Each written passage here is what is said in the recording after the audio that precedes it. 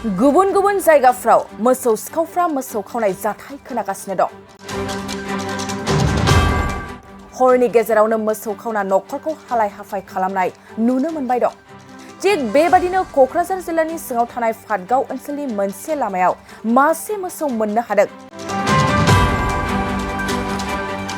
सन्देह खालामदों बे मोसौआ सिखाव खावना लाबोना लांनो हायैनि गालांदों। बे सावगारियाव नुनाय मासे मोसौखौ थांनाय हरनि समाव मोसौ सिखावा खावनानै लाना फैनायनि सन्देह खालामदों ओनसोलनि रायजो राजाफ्रा।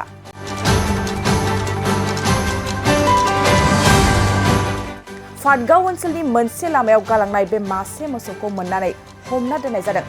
सोरबाफोर मोसौ बिगुमाया सिनायोब्ला थोंजोङै 8723805780 जानबुं अनजिमा नाम्बाराव खबर लानानै बे मोसौखौ लांफैनो हागोन होनना फोरमायहरदों। फिन फोरमायबावोदि क'क्राझार जिल्लानि सिङाव थानाय फाटगाव ओनसोलनि मोनसे लामायाव मासे मोसौ मोननो हादों। सन्देह खालामदों बे मोसौआ सिखाव खावना लाबोना लांनो हायैनि गालांदों। बे सावगारियाव नुनाय मासे मोसौखौ थांनाय हरनि समाव मोसौ सिखावा खावनानै लाना फैनायनि सन्देह खालामदों ओनसोलनि रायजो राजाफ्रा। फाटगाव ओनसोलनि मोनसे लामायाव गालांनाय बे मासे मोसौखौ मोननानै हमना दोननाय जादों। सोरबाफोर मोसौ बिगुमाया सिनायोब्ला थोंजोङै 8723805780 जानबुं अनजिमा नाम्बाराव खबर लानानै बे मोसौखौ लांफैनो हागोन होनना फोरमायहरदों।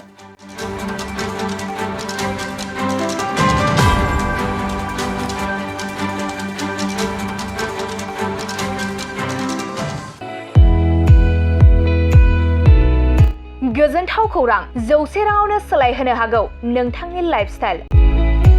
रंजालि बैसागु फोरबोजों लोब्बा लाखिनानै नोंथांमोननि थाखाय लाखि गिफ्ट कुपन एबा खाफाल आनजाद नायनाय लानानै फैदों।